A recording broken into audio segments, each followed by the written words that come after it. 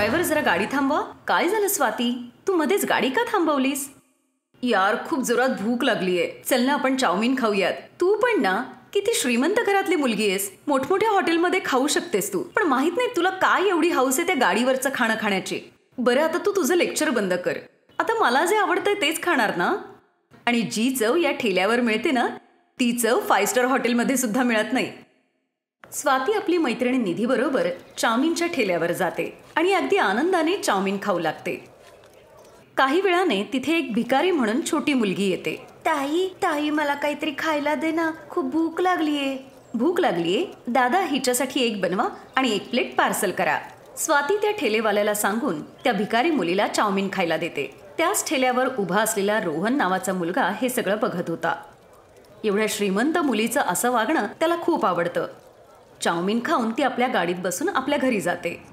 Actually स्वातीला ठेल्यावरचं असं खाणं खूप आवडायचं, त्यामुळे ती नेहमी कुठल्या ना कुठल्या तरी ठेल्यावर खायचीच. रोहनही संध्याकाळी ऑफिसमधून येताना कुठल्या ना कुठल्या तरी ठेल्यावर थांबायचा, जिथे त्याला स्वातीही दिसायची.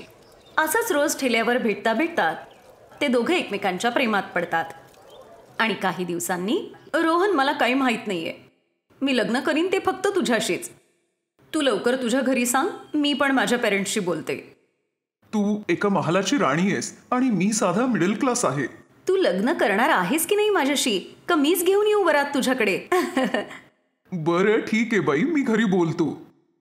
रोहन आपल्या घरी याबद्दल सांगतो. इकडे स्वाती सुद्धा तिच्या आईवडिलांना सांगते. मग सगळ्यांच्या मान्यतेने त्या दोघांचं लग्न होतं आणि स्वाती जी श्रीमंत घरातली मुलगी होती ती आपल्या मिडल क्लास सासरी येते. आपल्या सासरी आल्यानंतरही स्वातीचं लक्ष त्या गल्लीत असलेल्या ठेल्यांवरच होतं. स्वातीचं सासर चांदणी चौकात होतं, जिथे साईडला वेगवेगळ्या प्रकारच्या खाण्याचे स्टॉल्स होते. माझं सासर तर काय मोक्याच्या ठिकाणी आहे अगदी. इथे किती वेगवेगळ्या प्रकारचं खाणं आहे. ओहो, हे काय काय, छोले भटुरे, बर्गर, चाऊमिन, पाणीपुरी आणि बटाटापुरी सुद्धा. वा वा वा, मज्जा येणार आहे आता. काही वेळातच ती आपल्या सासरी पोहोचते, जिथे तिची सासू औक्षणाचा ताट घेऊन तिचं स्वागत करते. ये ये सुनबाई, तुझ्या सासरी तुझं स्वागत आहे. आता माझ्या दोन्ही सुना आल्या. आता मी घरातल्या जबाबदारीतून फ्री झाले. मोठी सुनबाई, जा तिला आपलं घर दाखव. मोठी जाऊबाई तिला तिच्या खोलीत घेऊन जाते. जाऊबाई, ही खोली छोटी नाहीये का? अगं तुझं घर खूप मोठं आहे ना, म्हणून तुला ही खोली छोटी वाटत असेल.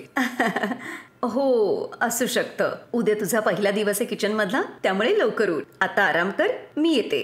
दुसऱ्या दिवशी सकाळी स्वाती सगळ्यांसाठी शिरा बनवते आणि पुरी भाजी सुद्धा. तिच्या हातचं खाणं घरच्यांना खूप काही आवडत नाही, पण तरीही तिचं मन राखण्यासाठी सगळेजण तिचं कौतुक करतात. मग शेजारच्या बायका सुनमुख बघायला तिथे येतात. यातच संध्याकाळ होऊन जाते. आई घरात वांगी, बटाटा आणि भोपळा आहे. रात्रीच्या जेवणाला काय करायचं? सुनबाई, असं कर, वांगी कर. मागच्या आठवड्यातली आहेत ती. उमा बहिणींनी दिली होती ती. त्या गावाहून घेऊन आल्या होत्या. ते उगाच खराब व्हायला नको. अरे यार, वांगी जेवणात कोण खाणार आहे? ना बाबा ना, मला तर नाही खाल्लं जाणार. आज तर मला बाहेरच काहीतरी खायचंय. दहीशेवपुरी, चाऊमिन, असं काहीतरी. या गल्लीच्या बाहेरच कितीतरी गाड्या आहेत, पण मी बाहेर जाऊ कशी? नवीन लग्न झालंय, लगेच बाहेर गेली असं म्हणतील. काहीतरी आयडिया लढव स्वाती, विचार कर. हा आयडिया. स्वाती पोटात दुखतंय म्हणून आतल्या खोलीत जाते आणि ती जेवायलाही नकार देते. रोहनला फोन करते, त्याच्याबरोबर डॉक्टरांकडे जायचंय म्हणून सांगते आणि मग बाहेरच खाते. स्वाती रोहनला फोन करते, पण तो कामात बिझी असल्यामुळे तो फोन उचलत नाही. ओहो, हा रोहन तर माझा फोनच घेत नाहीये. काहीतरी दुसरा विचार कर स्वाती. इकडे तिकडे पाहिल्यानंतर स्वातीचं लक्ष समोरच्या खिडकीवर जातं. ती त्या खिडकीतून बाहेर उतरते आणि डायरेक्ट पोहोचते ती त्या ठेल्यावर. ती तिथे भरपूर पाणीपुरी आणि राजमा चावल खाते, पण तिला शेजारची गप्पू काकी बघते. ही तर सरलाची नवीन सुनबाई आहे ना, जी कालच तर लग्न करून आलीये. देवा, काय जमाना आलाय हा. या आजकालच्या सुनांना तर कसली लाजच राहिली नाहीये. दादा, हे घ्या पैसे. मॅडम, 200चे सुट्टे नाहीयेत. काही हरकत नाही, तुम्ही ठेवा टिप्स म्हणून. मग ती पोटभर खाऊन त्याच खिडकीतून परत येते. काही वेळानंतर तिची जाऊबाई तिच्यासाठी खिचडी बनवून आणते. हे खाऊन घे स्वाती, तुला थोडं बरं वाटेल. नाही नाही ताई, मला अजिबातच भूक नाहीये. अजूनही माझ्या पोटात दुखतंय. जरा थोडा आराम दिला ना पोटाला की मग बरं वाटेल मला. बरं ठीक आहे, पण तुला भूक लागली की सांग मग. दुसऱ्या दिवशी गप्पू काकी त्यांच्या घरी येते. अगं सरला, माहितीये की आत्ता मॉडर्न जमाना आहे, पण एवढाही कसला मॉडर्नपणा. काल आलेली नवीन सुनबाई ठेल्यावर जाऊन गपागप पाणीपुरी खातीये ती. तू कोणाच्या सुनेबद्दल बोलतीयेस? तुझी. अजून कोणाची? काल रात्रीच मी तिला बाहेरच्या ठेल्यावरचं खाताना पाहिलंय. मी ऐकलंय की ती खूप श्रीमंत आहे, तरीही ठेल्यावरचं खाणं. तेवढ्यातच स्वातीही तिथे येते. काय, मला पाहिलं तुम्ही? नाही, माझं तर पोट दुखत होतं. काल तर मी माझ्या खोलीच्या बाहेरच नाही आले.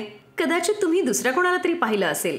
ते म्हणतात ना की या जगात सारख्याच चेहऱ्याची 7 माणसं असतात. मग कदाचित तीही माझ्यासारखीच दिसत असेल. ती रोज आपल्या घरच्यांपासून लपून असंच ठेल्यावरचं खाणं खायची. एकदा तिची जाऊ भाजी घेऊन घरी परत येत होती, तेव्हा ती स्वातीला बघते. अरे, ही तर स्वातीच आहे. ही तर ठेल्यावर कशी मजा घेत गपागप खातीये. अच्छा, म्हणूनच मॅडम घरातलं खाण्यासाठी एवढे नखरे करतात. याचा अर्थ गप्पू काकी एकदम बरोबर बोलत होत्या. आता मोठी जाऊ तिच्यावर लक्ष ठेवायला लागली. मग एक दिवस जेव्हा ती खोटं सांगून ठेल्यावर खाणं खायला जाते, तेव्हा मोठी जाऊ सासूला घेऊन त्याच ठेल्यावर जाते. अच्छा, तर हे आहे तुझं नाटक. घरातलं खाणं तुला खायला नको, पण हे ठेल्यावरचं खाणं खायला पाहिजे. तुला माहितीये हे किती नुकसानदायक आहे ते? हो ना, कधीतरी ठीक आहे, पण रोज रोज असं बाहेरचं खाणं चांगलं नाहीये. अहो, काही नाही होत, आणि आजपर्यंत माझ्या घरच्यांनी मला कधी थांबवलं नाही. मग तुम्ही कोणालात मला थांबवणारे? स्वाती हे बोलतच होती, तेवढ्यात तिच्या पोटात खूप जोरात दुखायला लागतं. तेव्हाच रोहनही तिथे येतो. ते सगळेजण तिला हॉस्पिटलमध्ये घेऊन जातात. हे बघा, यांच्या पोटात खूप जास्त इन्फेक्शन झालंय, त्यामुळेच त्यांच्या पोटात दुखतंय. या बाहेरचं खाणं जास्त खातात का? आपल्याला लवकरात लवकर यांचं ऑपरेशन करायला हवंय. पण कुठल्याही गोष्टीचा अतिरेक आपल्या शरीरासाठी किती नुकसानदायक असतो हे यांच्याकडे बघून तुम्हाला आता कळालंच असेल. स्वातीचं ऑपरेशन करून तिचा जीव तर वाचतो, पण या सगळ्यात तिला ही गोष्ट कळाली होती, बाहेरच्या अति खाण्यामुळे तिला तिचा जीवही गमवावा लागला असता.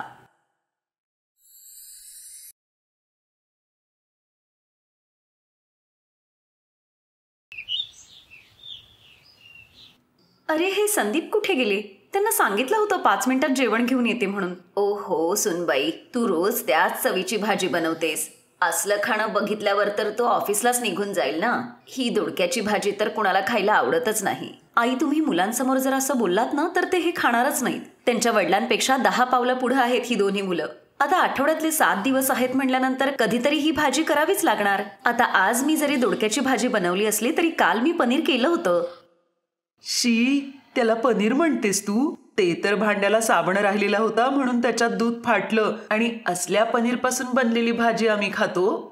तुला तर स्वतःला उठून 1 ग्लास पाण्याचा हाताने घेता येत नाही, आणि बोलतोय कसा बघा. तुला कोणी सांगितलं रे हे सगळं पनीरचं? आजीनी सांगितलं मला. अजून कोण? आई, काय आई आई करतीयेस? खरंच तर सांगितलंय मी त्याला. त्या दिवशी दूध फाटलं होतं म्हणून तर तू पनीर बनवलंस ना. सोड ना बिट्टू, मला पण नाही जेवायचंय. चल, आपली बस आलीये, आपण निघूया. थांबा मुलांनो, हे घ्या, हे 100 रुपये घ्या आणि शाळेतल्या कॅन्टीन मध्ये काहीतरी खा. बाबा, तुमच्या अशा वागण्यामुळेच त्यांनी घरातलं खाणं सोडून दिलंय, कारण त्यांना माहितीये आजोबांकडून आपल्याला पैसे मिळतात म्हणून. हे काय आहे वहिनी, बाबांशी असं बोलतात का? आणि काय झालं जर पैसे दिलेस तर? शाळेत खातील बिचारे. आणि तसं तर माझंही मन नाहीये ही भाजी खायला. काही हरकत नाही ग, मी आत्ता तुझ्यासाठी छोले भटुरे ऑर्डर करतो. त्या सगळ्यांचं बोलणं ऐकून अंजली तिथून निघून जाते. मग ती आपल्या मैत्रिणीला फोन लावून हे सगळं तिला सांगते.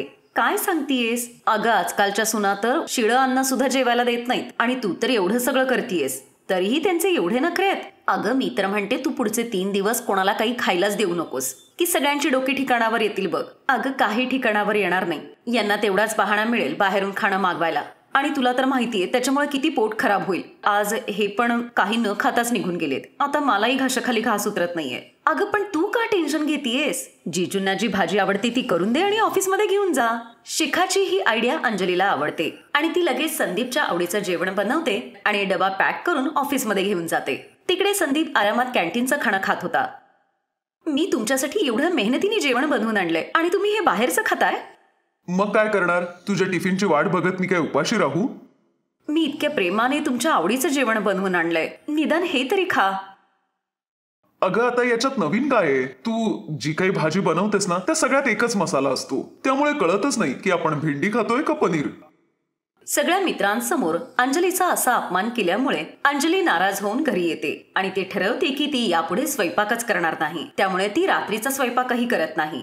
मग संध्याकाळी, चला तुम्ही सगळेजण तयार व्हा, आज आपण बाहेर जेवायला जाऊया. अहो पण बाहेर जाण्यासाठी तयार व्हा, तिथे जाऊन ऑर्डर द्या, त्याच्यासाठी थांबा, आणि बाबांना तर बरोबर 9 वाजता जेवायची सवय आहे. काही हरकत नाही पोरी, चांगलं खाणं खायचंय म्हणल्यावर थोडी वाट बघावीच लागणार. मग सगळे तयार होऊन रेस्टॉरंटमध्ये जातात. तिथे जाऊन सगळेजण जेवणाचा आस्वाद घेतात. तुम्ही म्हणता ना वहिनी की तुमच्या स्वयंपाकात काय कमी असते ते? आता तुम्हाला कळालं असेल ना की बाहेरच्या खाण्यामध्ये हे लोक काही चूक का नाही शोधत आहेत ते? बरं झालं पप्पा की तुम्ही आम्हाला बाहेर घेऊन आलात ते, नाहीतर आईच्या हातचं खाणं खाऊन. मग सगळ्यांची जेवण झाल्यानंतर वेटर त्यांचं बिल घेऊन येतो. अरे थांब संदीप, पैसे तू का देशील? बिल तर सुनबाई देईल. आता किचनच्या खर्चासाठी हिला पैसे मिळतातच ना, मग आजच्या दिवसाचं राशन तर वाचलंय, त्यामुळे तिलाच हे पैसे द्यायला पाहिजेत. मग अंजलीलाच पैसे द्यावे लागतात. काही वेळानंतर सगळेजण घरी येतात. मग दुसऱ्या दिवशी सकाळी, अरे नेहाने पोहे, बर्गर, गाजराचा हलवा आणि पराठे पण ऑर्डर केले आहेत. तुझ्यासाठी फ्रेंच फ्राईज पण येणार आहेत. वा, आजकाल काय सोयी सुविधा आहेत, सगळं फोनवरच ऑर्डर करता येते. हो पण पैसे मात्र सामान घरी आल्यानंतरच देईल सुनबाई. काय, मी देणार आई? हो मग काय, तुझ्या किचनचं सामान तर वाचतंय ना. मग अशा प्रकारे रोज घरातले लोक बाहेरचं खाणं मागवायचे आणि त्याचं बिल मात्र अंजलीला द्यावं लागायचं. आणि अशा प्रकारे महिन्याभरासाठी लागणारे ते पैसे 10 दिवसातच संपून जातात.